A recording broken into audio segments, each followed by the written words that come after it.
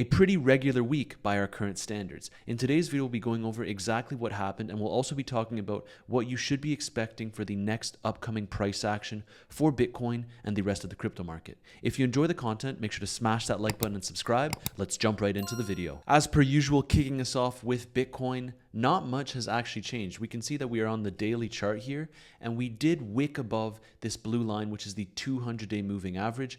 It is now currently acting as resistance. I was expecting this to be a bit of a tricky area to surpass. At the exact moment that I'm recording this video, we are only about $10 off the moving average. Now, this is a very important level to cross if we are to move to higher levels, as we've been discussing in all of my videos. If we go on these shorter time frames here, what we can see is that it is actually trying to hold as support. And the longer we can stay above this line, the better. And we would start to target this region all the way here, which is around 86.5K and 87.5K.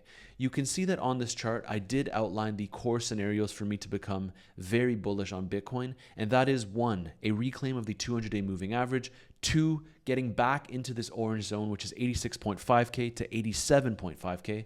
And then once again, back into this upper range, which is around 91.8K. These are the levels that you should be looking at. Otherwise, I would not be going blindly long. Now, yesterday, we had a solid close for the stock market. We are still below the 200-day moving average, which is, of course, a little bit concerning, but we saw a massive pump. And one of the main reasons for this is because there was a little bit less tariff talks towards the end of the week. As we can see, the S&P 500 added over $1 trillion in market cap and officially had its best day in 2025. Why did this happen? Well, we can see 28 hours after the last trade war headline, all green. So it really shows us how the trade war is currently affecting the markets, bringing a lot of uncertainty. If you're looking to trade this price action right now, I would potentially be going long if we are to retest this level and hold it as support, targeting the top of this range. That would be targeting 86.5K to 87.5K. But if you're not that much of a short-term trader, I have still been favoring shorts because we could ultimately get rejected here. If you are trading in the short term, make sure to click the first link in my description down below. It brings you directly to weeks where you can earn a 50% deposit bonus. That means that if you are to deposit $2,000 into your account, you get $1,000 back just for trading purposes.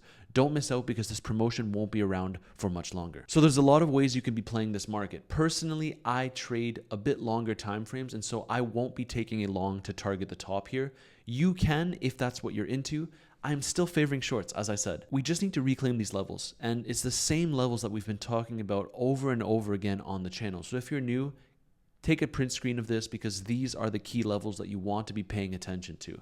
Now, there's a lot of different ways to trade the markets, as we know, but you'll notice that some of these key levels are in direct confluence with all of the other trading strategies that other potential analysts could give you. I would like to take a moment to discuss Bitcoin dominance. As you can see, we're continuing to rip higher, and this was actually taken from one of our previous videos where we discussed having the highest daily close of this cycle for Bitcoin dominance. But right now, we are looking at the weekly chart, and if we zoom in a little bit closer, what you can see here is that we are essentially preparing ourselves to put in the highest weekly close of this cycle. So keep your eyes on this as we continue to try to fill that wick on Bitcoin dominance. When there's this kind of economic uncertainty, you have to remember that most of the capital will continue to flow into the leader of that asset class.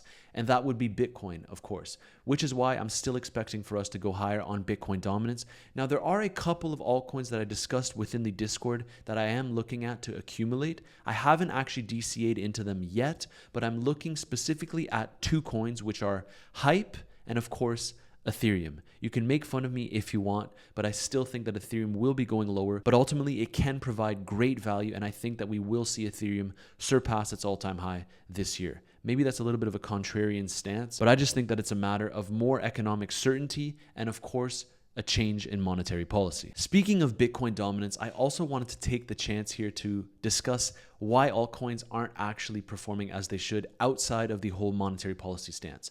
And that is because there are over 36 million altcoins at this point. This has only made Bitcoin stronger. And this is why altcoin season as we used to know it may no longer happen again. First of all, the number of altcoins have grown since 2021. Bitcoin dominance has only continued to increase. Their combined strength for altcoins has weakened. Then when coins die, they don't actually go to zero. They trade between 10K to 100K market cap. With 36 million coins like this, a significant portion of the total crypto market cap is essentially a liquid leftovers. I love the way that this guy put it. With that in mind, Bitcoin is approaching effective total dominance. Now, don't get me wrong. I still think that there will be select outperformers for altcoins, especially once monetary policy shifts. But Bitcoin is the clear winner, and it will be the clear winner for the next 10, 20, 30 years. But you don't need me to tell you that, especially if you've been in the crypto industry for a while. You've come to realize that Bitcoin is and will always be the king. Then, on the altcoin topic, we have to bring up Murad. He put out a tweet saying that SPX6900 is the most important financial vehicle since Bitcoin. This is one of the most ridiculous statements that I have ever read in my entire life, but welcome to crypto Twitter, I guess. And you can see that I responded to this with a little bit of a laughing emoji, and a lot of people came for me just because I posted that. You can see Murad is right. Time will open your eyes. A bunch of people spamming my comment section with memes. We need to block you. The truth. Always right. If you know, you know. Past. Gold S&P 500. Future. Bitcoin SPX 6900. I mean, guys, this is absolutely ridiculous. And the worst part is that at first I thought these were bots, but the reality is Murad is actually following a lot of these guys. Let's say I go on this one. As we can see, Murad is following, which is this one right here. I have no words for this, guys. It's just a meme. It's just a meme. And while I do think that meme coins could ultimately go higher, there will only be a couple of select outperformers. This one can do well, but it will most certainly not be the most important financial vehicle since Bitcoin. Get a grip. And if we look at Murad's wallet, we can see that it's now worth around $12 million. At its peak, it was worth around $56 million. There was a lot of speculation going around that he just sold his entire crypto wallet and cashed out. I'm not sure how much validity this has, but if he is still holding these same positions and he still owns this wallet, I have to say props to him, because most of the people would have been dumping their wallets on their followers.